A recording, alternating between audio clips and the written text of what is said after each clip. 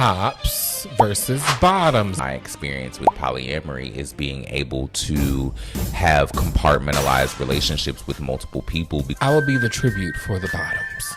Comfortable I am with you, the more comfortable I am showing affection to you in public. As a top, Sure. you think for yourself that would be different if you were a bottom? I'm never going to lay the expectations of being my everything on one individual, nor would I expect you to do that to me. What do you want from me? Is it really that deep? Not really, but we make it that way. Well, let's casually talk about it. Let's do it. What's going on, everybody? It's Oaklyn Jonas Galloway, a.k.a. OJ the OG, because I always got the juice. And it's Ressie G, not Cardi B, but I still get to the money. Oh, and you have officially tuned back into the Casually Deep podcast. We appreciate you guys for being here. Man. So this season, we wanted to have a conversation about tops versus bottoms, but we want to do it in a very interesting way. We're going to do 3 parts because, of course, this conversation is loaded. Deep. Yes. Very loaded. Very loaded, very deep. And I think that there is a need to have this conversation. Absolutely. I think that there's several conversations that need to be had when it comes to top versus bottoms, which kind of requires more than one episode. I think, you know, I wanted to kind of start it off with the irony that kind of comes with the heteronormative perspective of tops versus bottoms and the way that that kind of pertains to casual sex. Mm-hmm.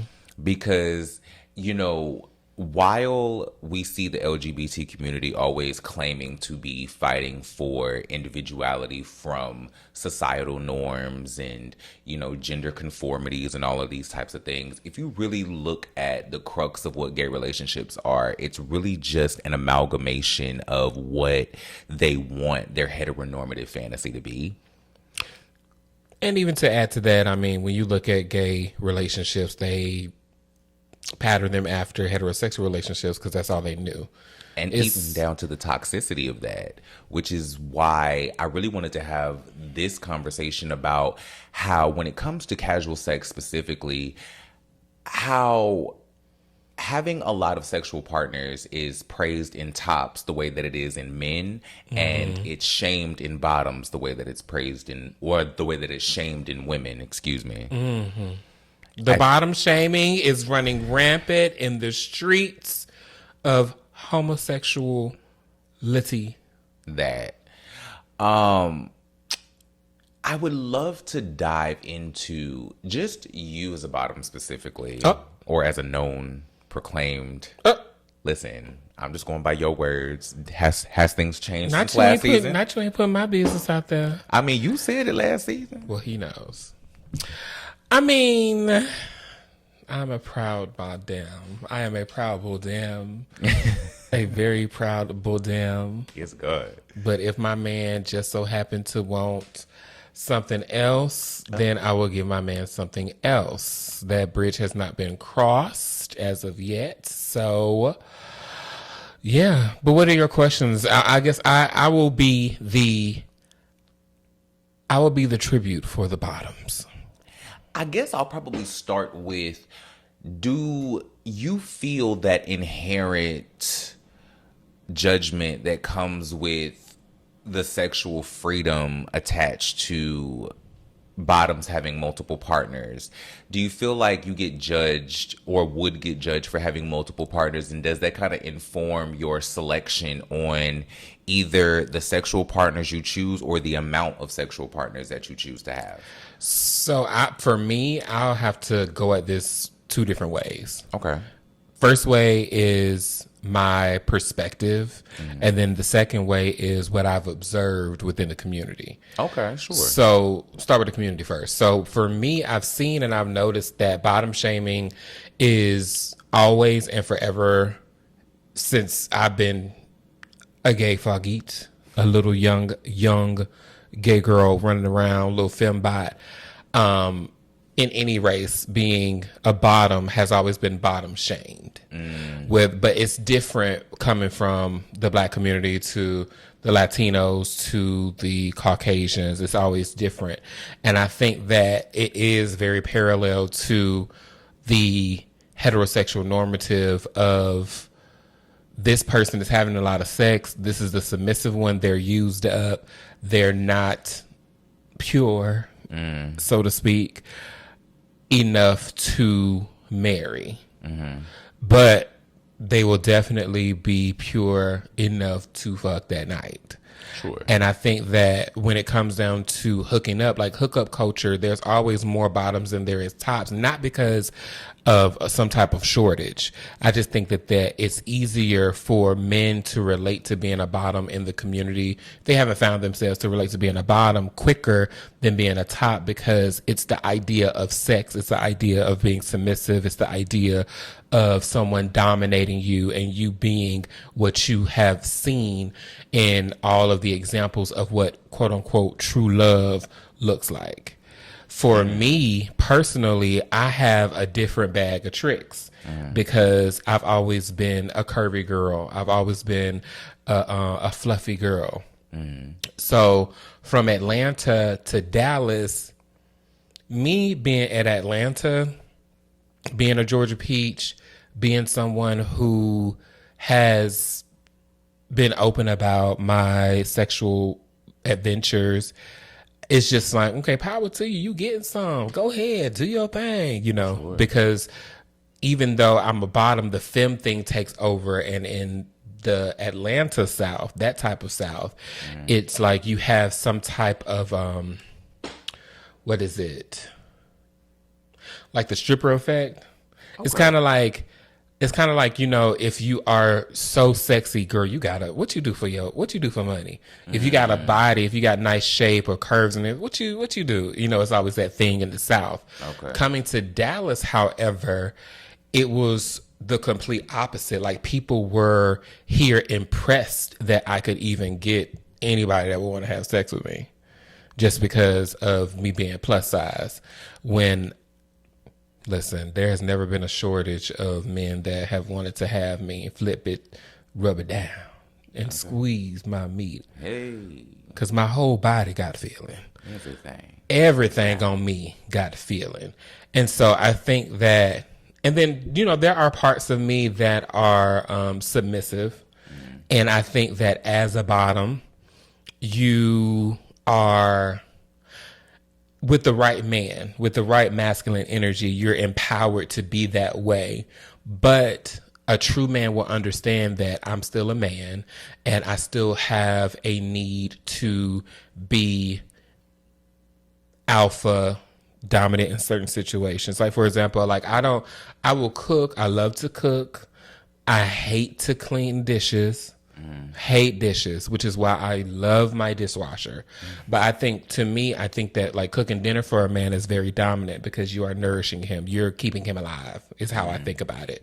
And then when the other person or when someone cleans up after, is showing appreciation of what you just did. Right.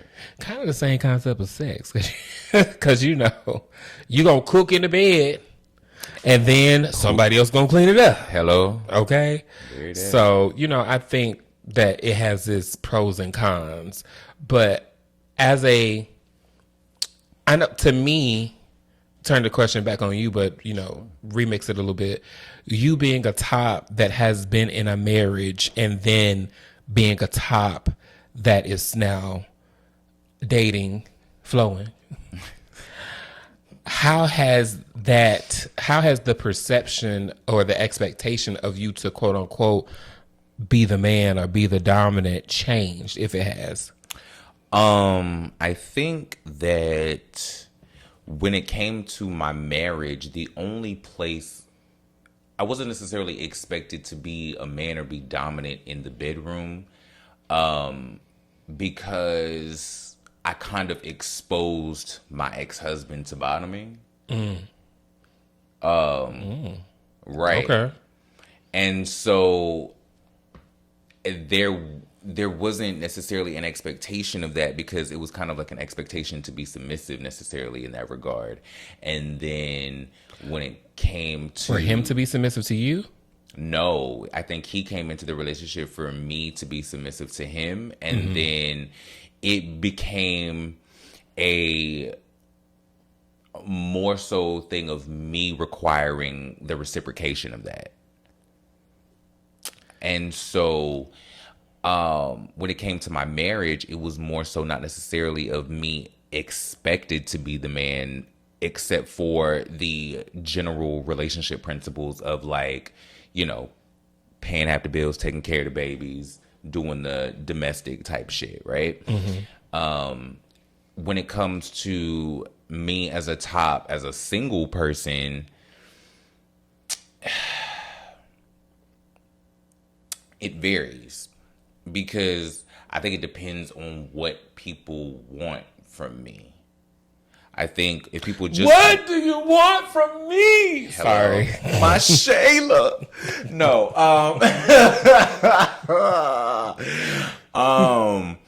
I think if you just want to fuck me, then you expect me to come in, dominate, beat it up, and handle business. Literally stand on business. And if you want a relationship with me, I think what I've noticed in Dallas is that men who want to allegedly date me approach me differently. Not allegedly. I mean, because They approach you differently as in... they know that I'm a top. It's clear that I'm a top. It's, you know, we have these conversations, but yet they approach me as wanting to take me out on a date. They want to cater to me in a way that I would expect as an old school thought man would be doing for them. You know, I think in this stage of my life, I thought I would be in a stage where I would be nervous to take a guy out on a date, be trying to figure out how to plan it out, what to do.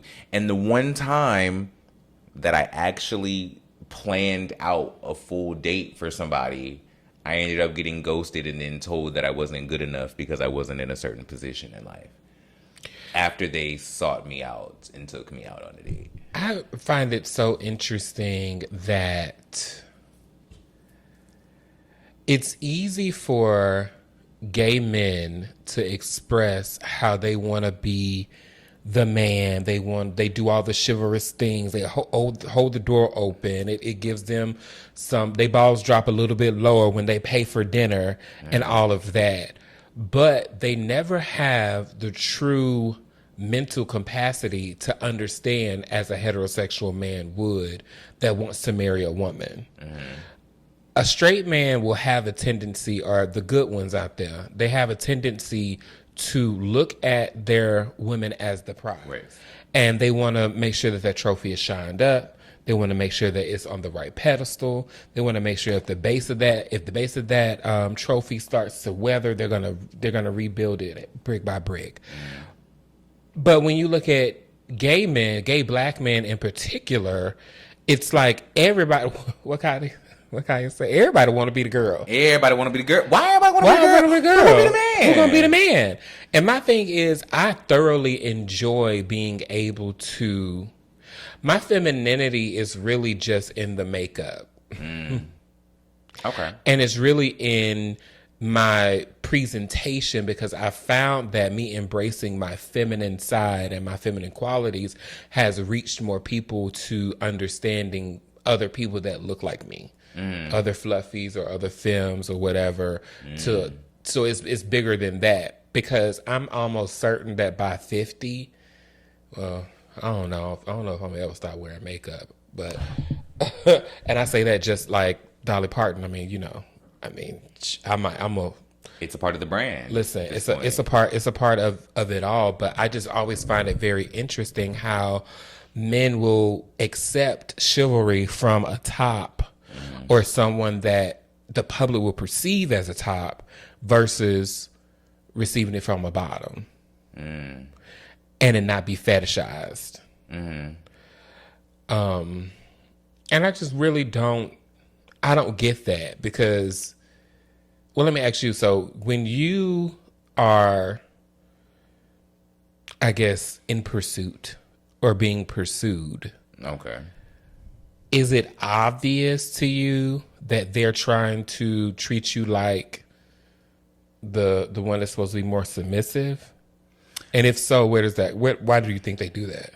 The ones that actually try to take me on dates and do that type of thing, yes. The ones who just want some dick, they come at me like they want some dick, and that just is what it is, and that's cool. But the ones that actually take me on dates, it's interesting because they give me all of the compliments based on the things that you would find typically masculine about me, right? When they take me out, they hold the door, they come pick me up, they pay for dinner, they pull the chair, they do all of the things, and I'm now left like, so what am I supposed to do?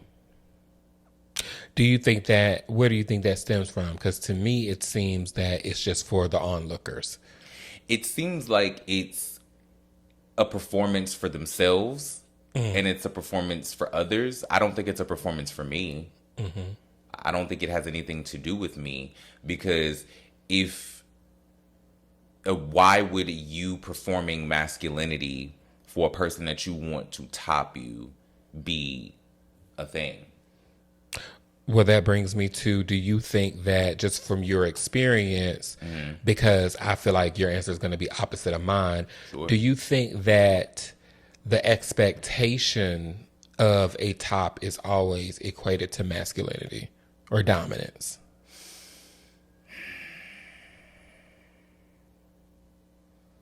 Do I think that the role of a top is automatically equated to masculinity or dominance?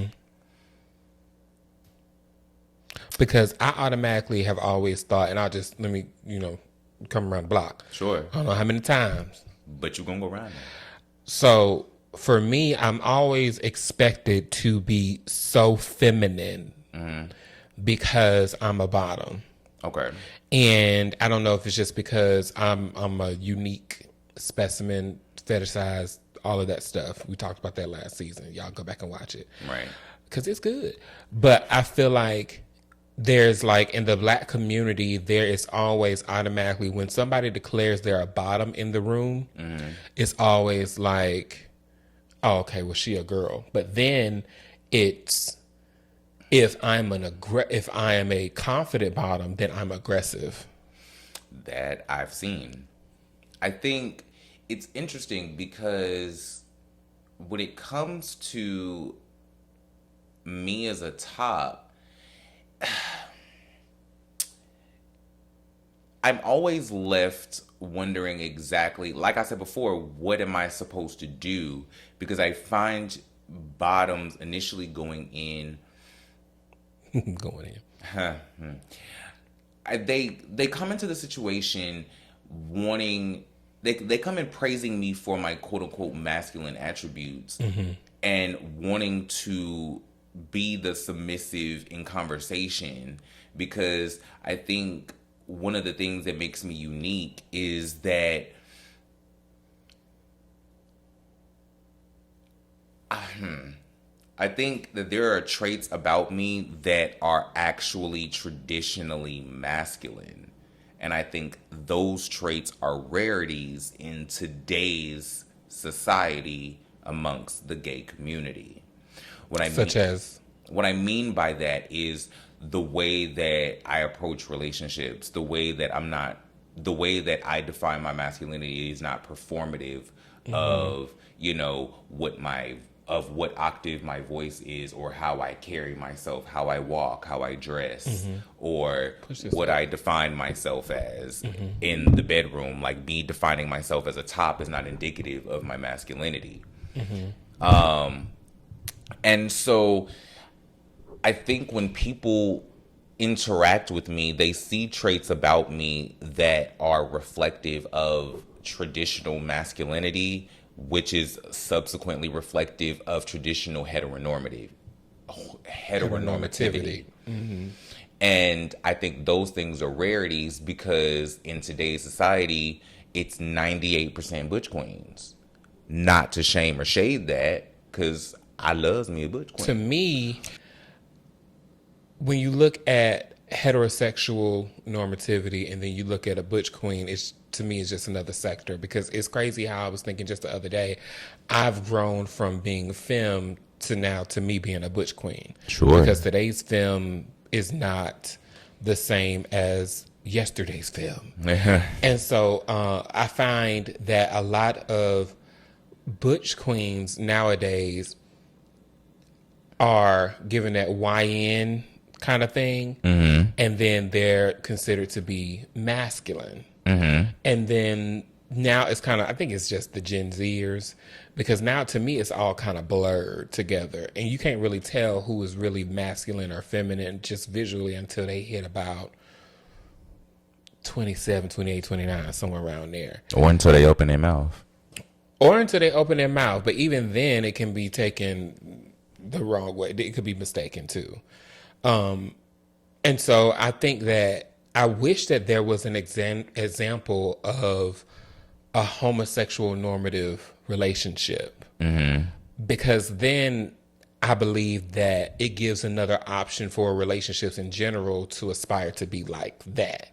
Right. Because right now, all lesbians, gay men, trans people, non-binary folks have is the idea of what this looks like, the riding off into the sunset, the financial conversations, the wedding ring, one walks down the aisle, one stands at the altar, They have the basis of what homosexual longevity looks like in relationships based on what they've seen in media, and what those things are reflective of is the assimilation and adjustment to heteronormative societal performances of love. They're doing their versions of what the straights do. And that becomes what the standards are in media. The first thing that I always think of is Noah's Ark. And I mean, I love Noah's Ark down, but Sure. I think that where they missed the mode is they had an opportunity, and it was before its time, blah, blah, blah. But I think that there still has not been a visual example in the media of what a successful black gay relationship looks like, without it being the same old idea of you go get you bring home the bacon and I cook it. Right. Versus what I think it should be is we both can go get some bacon, and tonight, if yours got peppercorn on it and mine got honey taste to it, a little maple wood, we can just cook and flip, or have half your night, half this night, half the next night, or combine it together. And I think that heterosexual normativities ruin gay marriages, because you can't do the same thing that a woman can do. You can't do the same thing that a heterosexual man can do. So why aspire to be like something you will never be able to accomplish in a relationship? Which is why you have to create your own rules. And then honestly now, I mean, I would never do it, but I can recall when you and I were at a kickback and the conversation about polyamory came up, and the whole thing about, no, I would never do that. Half the room was undecided. If you don't do that with me, then I'm not enough, and da da da da da da. And then I entered the chat. And then you entered the chat and said, I think that there's a way for me personally, my experience with polyamory is being able to have compartmentalized relationships with multiple people, because I'm never going to lay the expectations of being my everything on one individual, nor would I expect you to do that to me. And what people don't realize is I think that rule still applies in heterosexual normative relationships, but it looks different. Absolutely. And if gay men, not shaming or yucking anybody's yum or anything like that, I'm just not a person that would be into polyamory, because it hasn't been presented to me. So I don't know if I would, if I wouldn't. I ain't crossed that bridge. Sure. But what I do believe is that when you have a woman who is married to a man, they've been in a relationship, they have a support system around them, whether that be the girlfriends, whether that be the co-workers, whether that be parents, whatever it is, so they can pull all those things and then get the intimacy from their husband because all the advice, they can't fuck the people that are around them. Sure. And when you have someone that you can lay down with and have sex with and have that level of intimacy with them, it makes it so you then see security in being vulnerable with them. And when you look at gay relationships, I think that there is a conversation that needs to be had about how it's okay if you are in a same gender loving relationship, if you're able to get all the other things from other people. Not saying that you have to have sex with other people. Sure. But I think that there is like an expectation put on a spouse in a same sex or same gender loving relationship that they'll never be able to meet, which then leads to breakups and divorce. And on top of that, I think that there is a level of personal development that all queer people should personally go on before they even try to enter relationships, because I think that there is a level of emotional stunt that most queer people, and it may or may not be varying depending on the recent generations. Based on conversations that I've had with my daughter recently, nothing's changed. So I think that Shout out to Big P. shout out to Mo.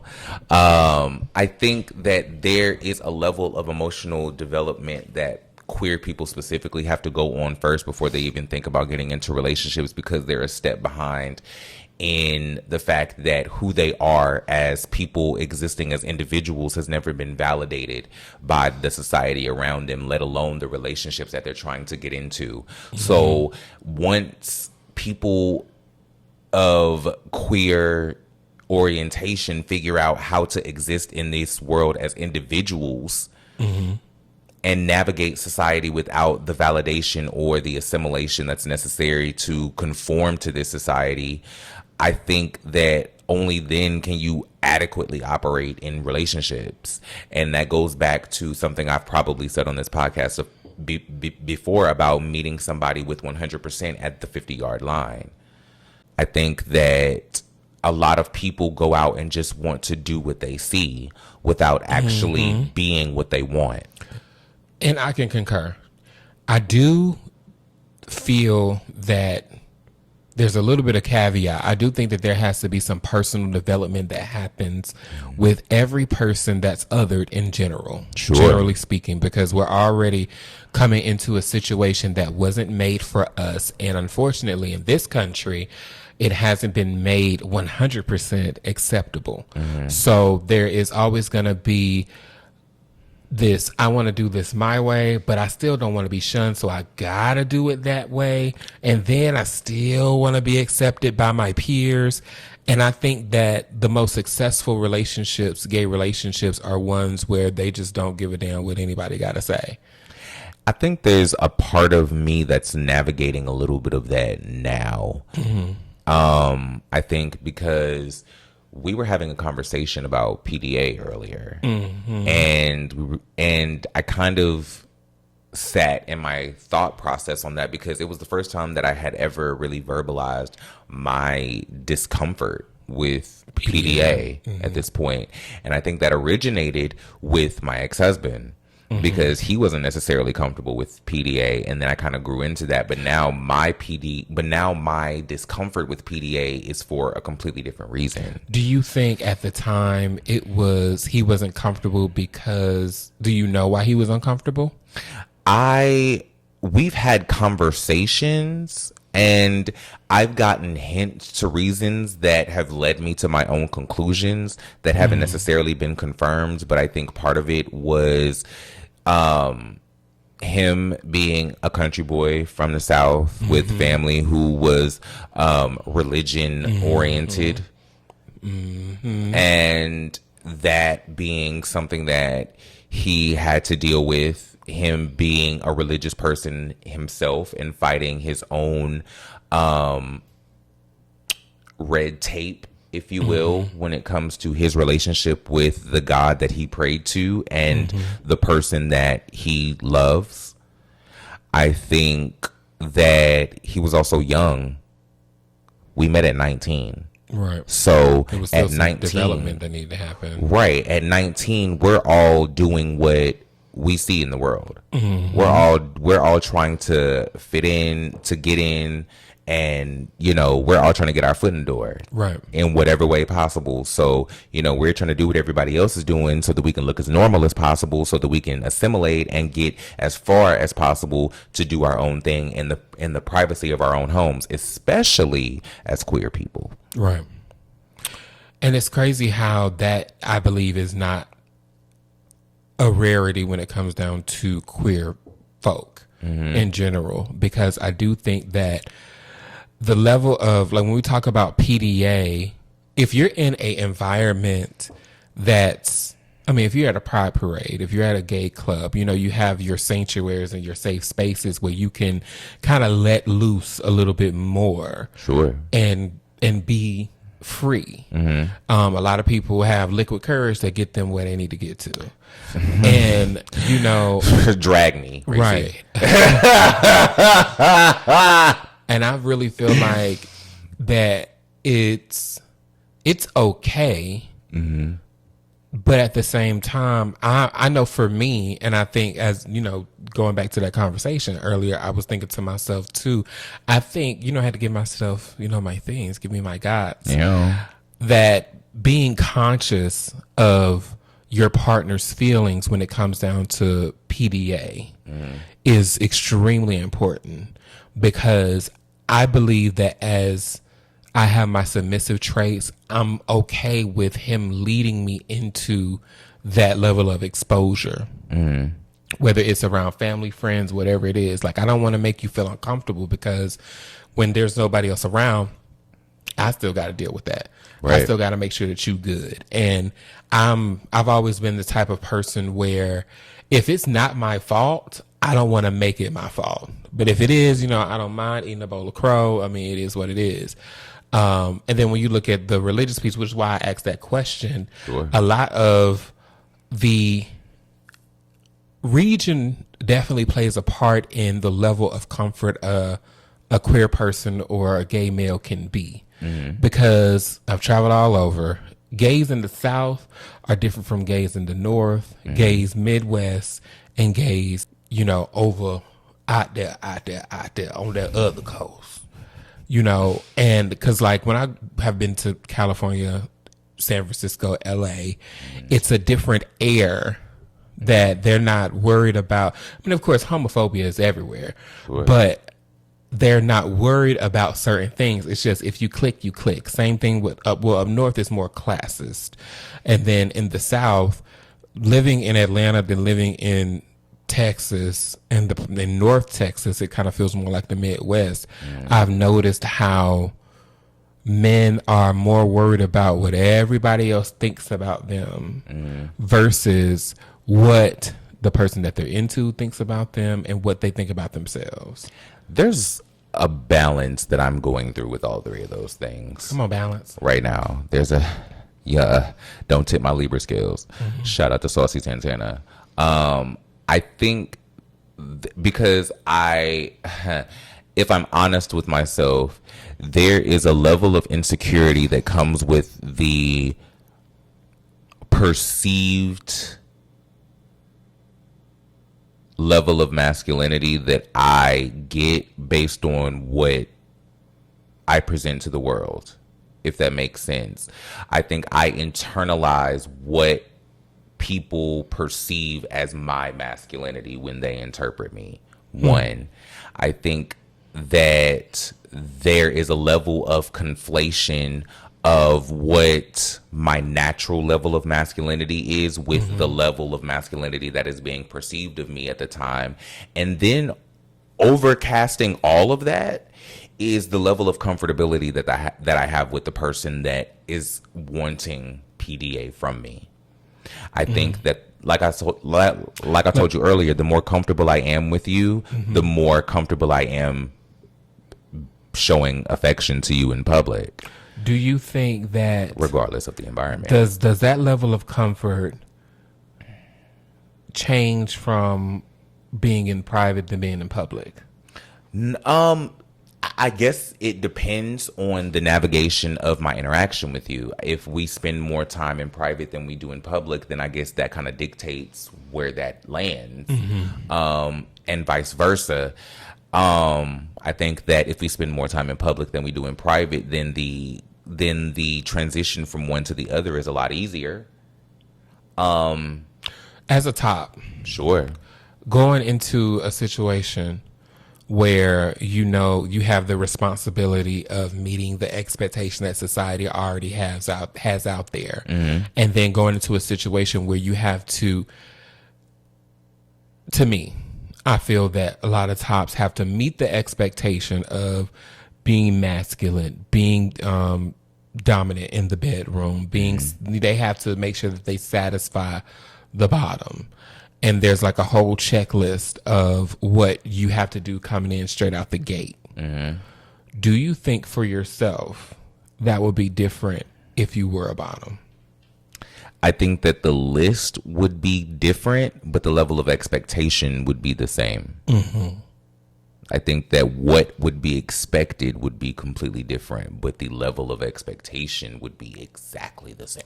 And you know what's crazy? The reason why I asked that is I think even sexually, there's like this like unspoken rule where the top has to be good in bed, and then the bottom has to allow them to be good in bed, which then Makes them good in bed. Makes them good in bed.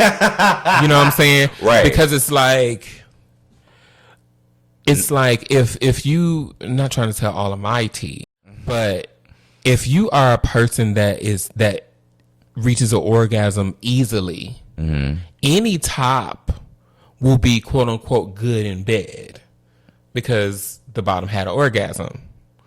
Okay. That's what they equate to heterosexual normativity to me. For me, Okay.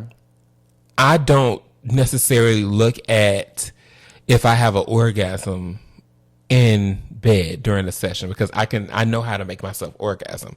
What I'm looking for is, did you do something different? Did you hold me different? Did you kiss me different? What is the difference that you gave me than anybody else? You know, because regardless of what it is, all of the prelude to the kiss being the, you know, inception. Right. All of the prelude to me is so much more important than the actual intercourse, because we can sit, we can cuddle, we can just lay in the bed, and that level of intimacy for me takes me further than the actual sexual encounter. And that's why I always tell people that are dating, you know, be careful, because conversations is way more dangerous than the hookup. Listen, I mean, to your point, I will say there's a person that I had sex with that I ended up cuddling with afterwards and sleeping over. And this person is known to have a high frequency of sexual conquest. And yet this person came to you and said to you that they regretted sleeping with me out of all of those people. I think that those things are connected. What's the connection that you think? I think that there's a connection between who I am, I can't really say the sex that was had because I don't remember it, but the cuddle that happened and the acknowledgement of it, because I don't necessarily know if the cuddle itself was what was unique, but I think that for some reason there was a reason why it was acknowledged the next day. Because But when not I woke, the sex. I mean, The sex was, see, this is what I say and what I mean by sex in lieu of intimacy, because in that situation, I feel that what was needed more so, that stood out more, was the intimacy of that moment and not the sex. But to get to the sex, to get to the intimacy, you have to have the sex. I guess so. And anybody that knows me knows that that's the complete opposite. But I think that that's just that person's MO, for one. And then two, I think the reason why I feel like those things are What? I didn't say a thing. What you want Herschel talking about over there? Don't leave Herschel alone. Herschel is my hair, you guys. I am currently on my Donna's recipe journey. Herschel is Herscheling. Continue.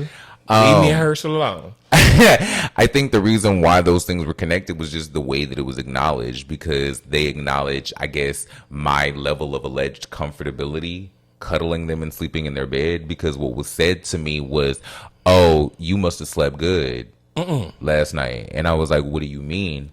And they were like, you didn't move at all last night. And I was like, oh, that's actually pretty interesting for me. I'm kind of known to sleep wild. But I didn't necessarily ingest that as anything until we had that conversation later about the regret. And I was like, oh. Well, you know what I think the regret is linked to. What? Because I mean, if we've had that conversation, I'm not going to say it on camera. We can, but I'm not. We can just blur it out like the Potomac reunion. Not like the Potomac reunion. Yes, God. We can blur it out like the Potomac reunion. That is a mess. I know you're not going to show it, but you know. Okay. I mean, I just really feel like when it comes down to that situation, a lot of people have a tendency to not, when people know me, or so they think they know me, they don't know me. That's a lot. I mean, that was a lot of do. But those who know, know. And so to me, when it comes down to the least thing that you could do with someone you think that I am with is have sex with them. Okay. I don't care about that. You know, I will allow a man to text somebody, DM somebody, flirt with them, and all of that with them sitting right next to me. Because at the end of it all, my first thought is, if you leave this, you're stupid. That. If you come home, they're nigga stupid. Lose me. You know that nigga out his mind. You know, like, I mean, that's just a thing. So I'm secure in that way of knowing that. And then we can have a conversation of everybody who know me know I don't mind having a conversation. It can be as simple as, okay, so, you know, I noticed X, Y, and Z. What are we doing? Hell, that's what I told somebody, and then they ended up trying to slander my name, and then I created a whole show about it. So that did you want to expound on that? Sure, I would love to expound on that. I was okay, because that kind of took me somewhere. I was dating this guy, and people know it. It was public. It was a whole thing on. You've only literally acknowledged yourself as dating one person. So, because it was public, and that's what it was. So, right. When I said on a phone call, hey, what are we doing? I've cut off all of my randoms and everything. And I asked, what are we doing? They expressed, oh, I just really feel like, you know, I'm just not ready yet. I said, but it's been 10 months. It's literally been 10 months. So I can't do this. I can't live in an area of celebrated gray. And I said that. And that was deep. From there, it went to radio silence, and all of a sudden I start to see posts and hear whispers, and every opportunity that this person got, they tried to take me up out of here. When you were the one that was denying that we was ever together to your people, but everybody knew what was up, because your gay brothers was telling me, Ressie, just let it go. Ooh. Just let it go, Ressie. Then on top of that, I kept everything under wraps, and then your only fallback was, oh, I thought you was just trying to do this for the show. And I had already told you that it was genuine. Okay. So to me, when it comes down to when it comes down to situations like that, and then later on you literally tell me to my face that you treated me this way on purpose. Okay, because that's what I was getting ready to You say. know what I'm saying? I was like, bitch, this coming from the motherfucker that said this to your who the fuck? You know, and so for me, it's like I never, and then on top of that, as we're not talking anymore, none of that. It's cool. I healed from it. I had my sad playlist. I moved on, whatever. I created a show around my journey of healing through it. It was amazing. And then your now ex, the guy that you started talking to after me, gets on a web reality show that did not last. And then he's compared, he says to me in the DMs on Facebook that when y'all get into arguments, you compare me to him. Ooh. But my thing is we was never together though. Ooh. And so I think that when we look at circling back around to heterosexual normativity, the responsibility of a top is always to execute something, and the responsibility of a bottom is always to receive whatever they're trying to execute. But when that bottom rebels, they're a problem. They're never strong. They're never secure like a woman would be. You know, if it was Chris Brown and Ronald Fenty, and the world accepted that those two talents, and then all of a sudden one guy beats up another guy, nobody's going to listen to that male version of Rihanna. And that success will never fly as her coming back and standing up and feminine power and all of that. It would have just been like another situation. But I need the gays to understand that just because you are in this lane of trying to have this heterosexual normative relationship, that does not make you accessible or not susceptible to being ridiculed by the very people that you're trying to be like. It just doesn't happen that way. You think that it's going to work out, and if you and your man get into an argument, get to fighting, it's going to be like Jody and Yvette. No, bitch. That's going to be like Jody and Jody, ho. Somebody is going to jail. That's Jody and Melvin, bitch. Jody and Melvin, whatever. And somebody is going to jail.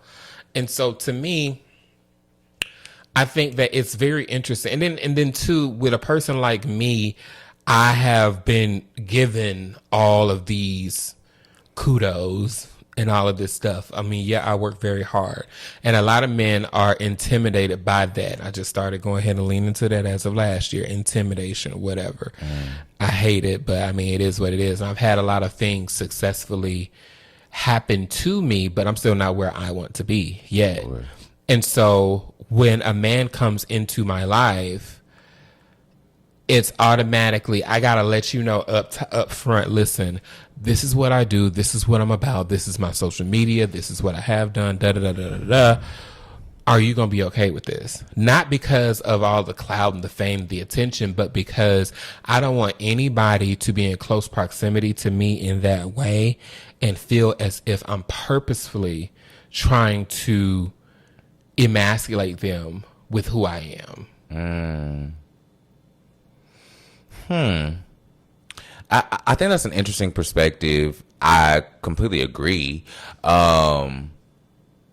I kind of also relate to that just because people take this web reality world so seriously. People take the web reality world so seriously. And so not even because I'm a content creator and like I do commentary on music, commentary on reality television. I'm a culture critic. I speak about social issues. Not because of any of that that I do publicly, but because I'm in the web reality space and I speak on, you know, this type of world and I'm in that space and in proximity to that world. All of a sudden now my presence on the internet is now something that is a caveat to dating me. So it's something that I've had to present as a thing. You know what I find interesting about that, about you in particular, it's like people use your level of intellect that you deliver in a video or in a visual way as a way to flirt with you. And I think that is the most honestly, bizarre thing. I wish people would use my intellect to flirt with me more. Well, I mean, you don't think that that's what it is, or it's just I saw you on that video. You went in. Oh, that, and then it leads. I don't get that enough. I feel like if people are telling me that I went in, especially in the past few weeks or so, I would say people are now talking about, oh, he read somebody, or the way that I articulated something was a read, and it may be intelligent the way that I formatted it. Mm-hmm. But it's less about my level of intellect and more about my level of wit. Do you think that if your presentation was different, it wouldn't be taken that way? Meaning you have a masculine presentation naturally here, what we see. Mm-hmm. If it was no facial hair, if it was different, if it was who you used to be, but a 30s version of it. I think I would probably just be a Banji guy.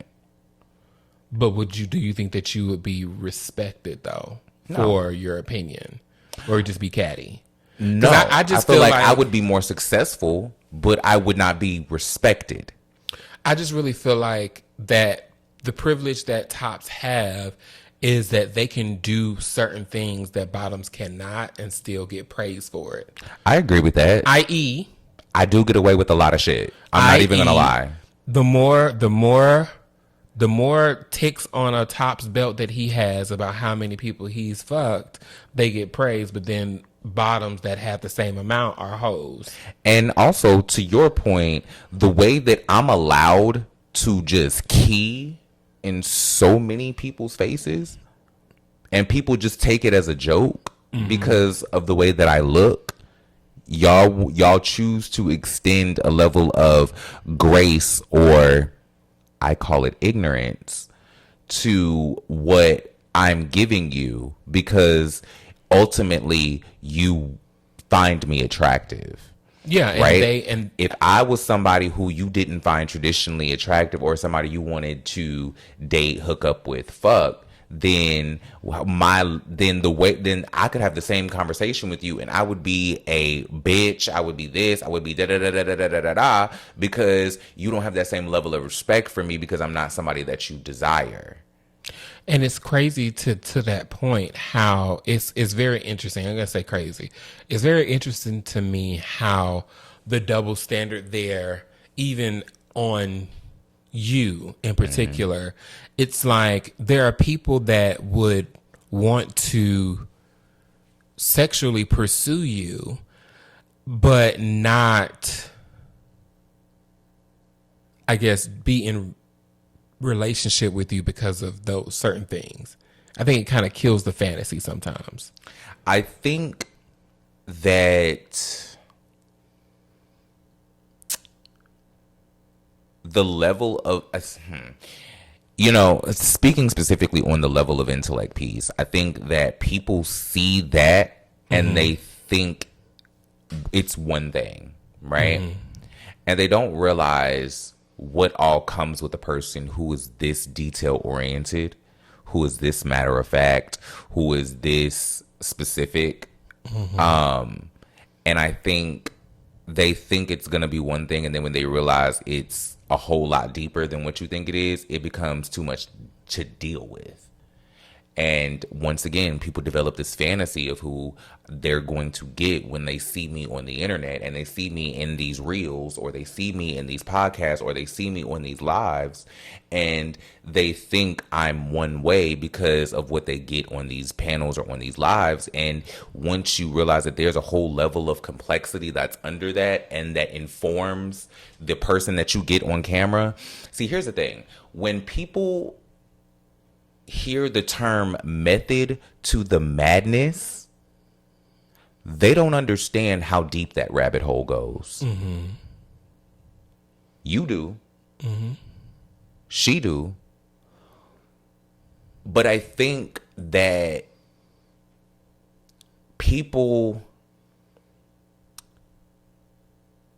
people minimize the level of, for lack of better terms, intensity that I tend to bring into an intimate perspective or an intimate situation with somebody, because they think that, prime example, there was a live that I went on recently where I had to come on to somebody's platform and defend myself. Right? And there was a level of presentation and a level of aggression that I brought to that live because of the context that I was in. And in that was the first time a lot of people had seen me in the public space outside of the kind of pulled up demeanor that I kind of show on the rest of my content, right? There was a lot of people who were saying how sexy I was because they found me toxic. Right. Which equates to masculinity. Right. There was people saying because of the way that I was articulating myself, the yelling and hollering and all of that other stuff, which really wasn't all of that, but okay. Especially compared to it was just very interesting to me how attractive I became, not because of the way that I handled myself in context to the way that I usually give it up off camera, compared to, oh, people find me to be toxic. Like, that was so like the number of DMs that I got after that live was not only repugnant, but also kind of like depressing a little bit. Why depressing? Because I think that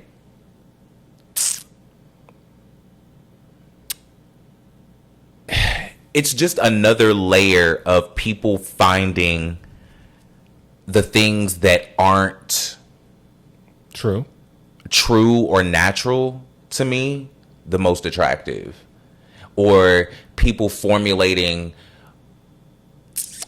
ideas of me into perceptions without ever wanting to get to know me. I think people take the snippets that they get of me online and they formulate ideas of who I am, and who I actually am off mic, off camera, does not matter.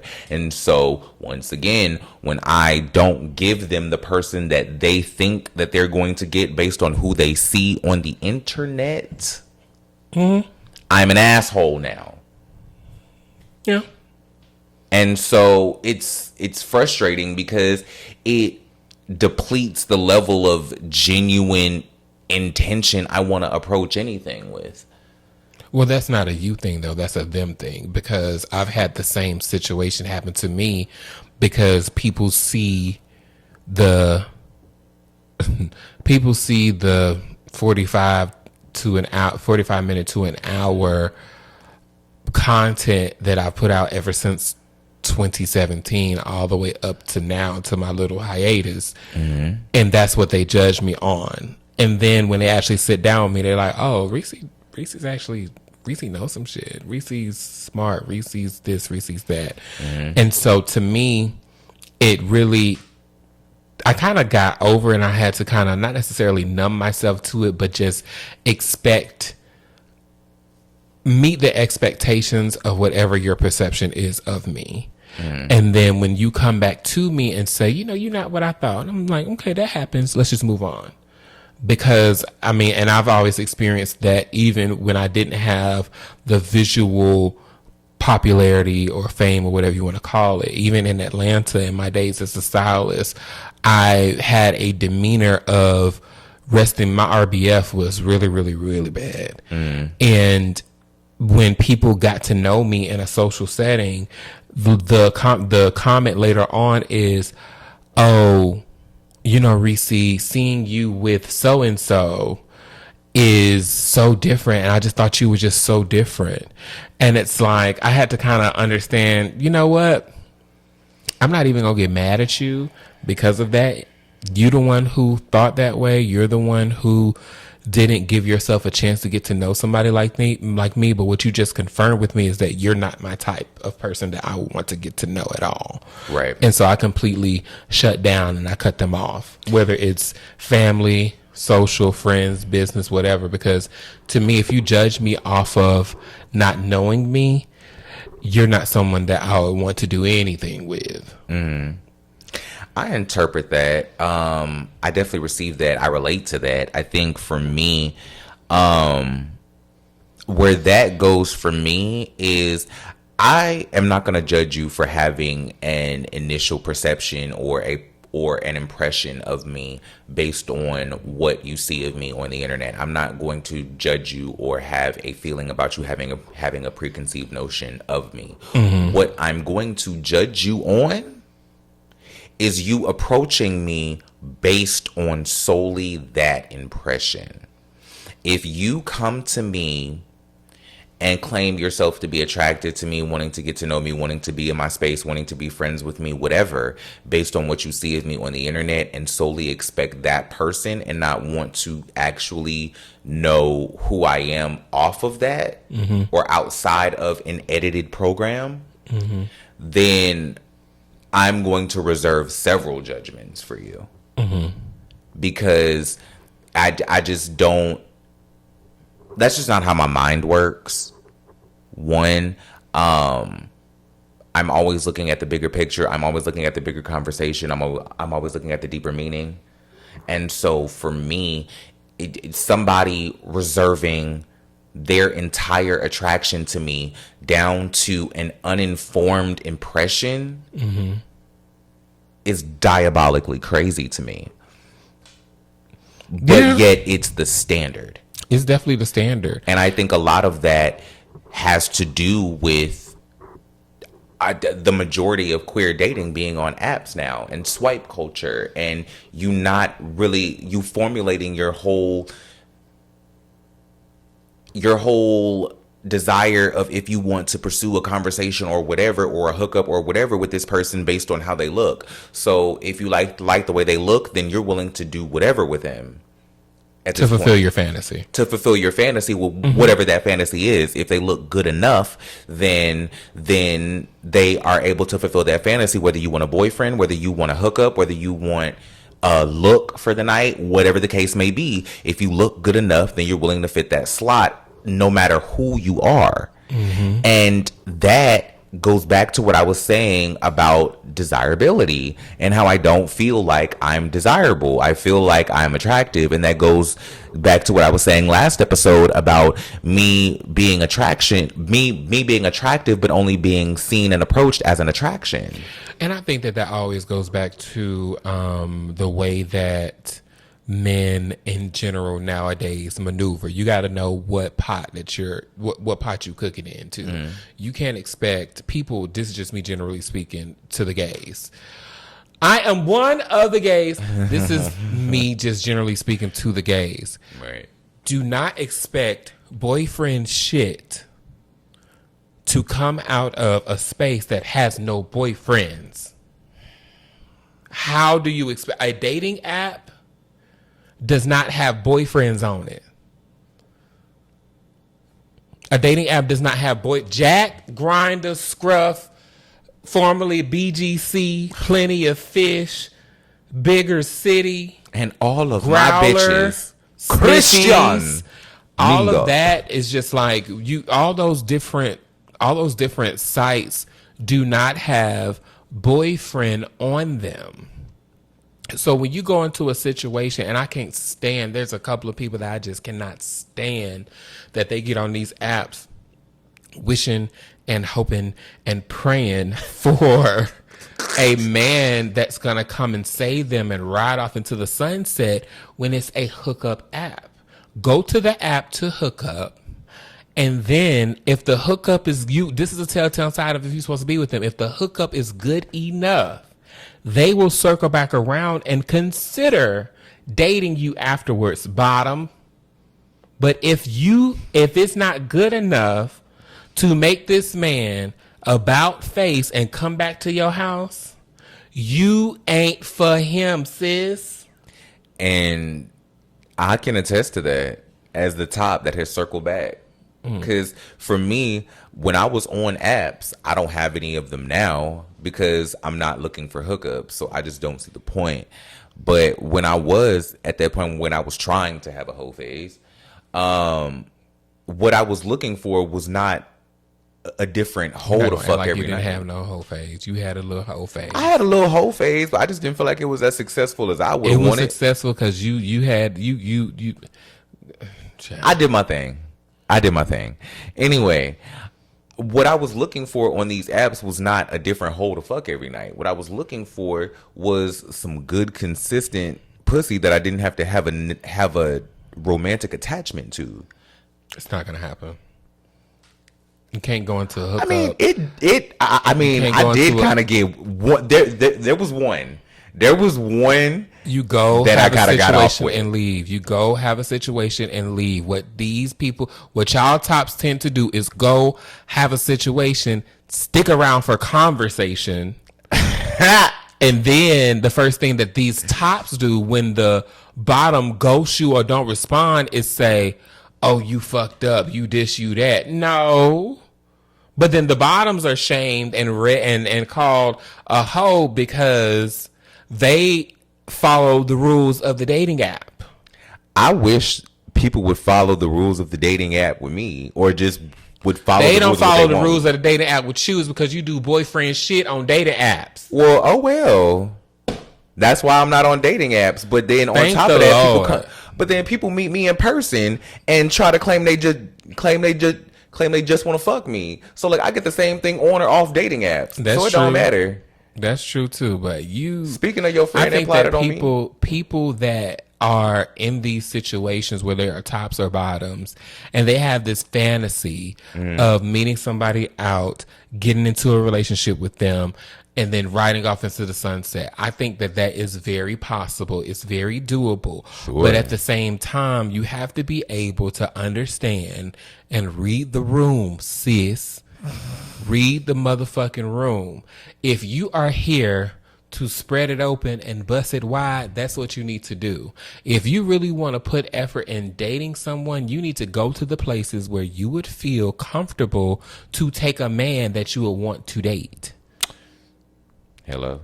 Take a top out bottom and say, "I love this restaurant. You should come with me," and go and eat and not expect to have sex at the end of the night.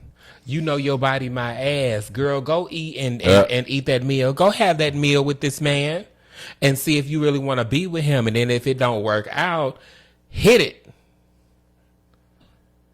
And then that to me will kill this idea of heterosexual normativity that's been placed on gay black men in particular. Because I'm telling you right here, right now, there's only been a couple of men in my life that I was like, you know what? I'll wait for you to get your shit together. I'll wait for you to get it together. I'm not going to force you. I'm not going to rush you. You get that together, but just know once you get it together, I'm going to be the first one in line with my plate, spoon, and fork to get my serving. Crying. I'm not if I take a man out in public and he don't know how to chew with his mouth closed, you're not the man for me. Crying. If I take a man out in public to a particular, like a upscale restaurant, because this is something you wanted to do, and the first thing you do is go to chicken on the menu, you're not the man for me. You don't know how to have an experience. If I invite you over to my home and the first thing you say is, "This is nice. Don't thank you so much." Then we move on from that. And then you continue to say, "Well, how much are you trying to clock my pockets?" That's weird. It's weird and it's not going to happen. Yeah. You can go ahead and hang that one up, bro. Yeah. I don't know. I don't know. I think it's so wild to me because I think about what queer people are willing to accept from the people that they want to pursue, and in the conjecture of that when it comes to heterosexual people. And it's very interesting to me what I see queer people make adjustments for, or willing to sacrifice themselves for certain people. And that goes back to what you said, which was a very good point of a lot of these men, gay men, queer people need to figure out themselves first and then go into a situation, because I'm not going to, for anybody at this point in my life, I'm not going to compromise who I am, this person that I worked so hard to build. Right. I cannot compromise this person, because that means that I'm not the best person for you. If I'm changing up the way that I am just to be with you, I'm not for you, because you will never know the real me. That It's like a man marrying a woman who got a nose job, and then when the baby come out with a schnoz, y'all acting you shocked. surprised. It's like, girl, you knew Betty, you knew Becky, you knew Brianna had a nose job. You should have looked at them baby pictures before she came over here. Okay. And so I think that more conversations need to be had about how a gay man can accomplish his level of personal individuality, put that into a relationship, and then create a new template and format for what homosexual normative relationships will look like. Because we don't have an example of what it means to be normal, or what a normal gay relationship is. Only thing we have to compare to it is a heterosexual relationship, and then, okay, if this lines up with that, then that's cool. That might be a reason why I ain't never been in a relationship. Maybe so. I just had niggas around. I mean, fair enough, and that's probably why it's taking me so long to find a person to be in a relationship with now. Not that I'm necessarily out searching, but I mean, I'm open. So my whole thing is like, With arms wide open. okay, That's Tourette's. yeah, that's that. Let me stop. Right. I think it's very, I don't know. I think it's very just, it causes a level of ambivalence in me, because it's like I can only bring to the table what I'm willing to bring to the table. And the matter is that what I'm willing to bring to the table is typically a lot more than what a lot of people are capable of bringing to the table when it comes to the emotional intelligence and the emotional availability piece. But I think that is a good trait to have, because a lot of people, the way that you're emotionally intelligent is not a way that I'll be emotionally intelligent.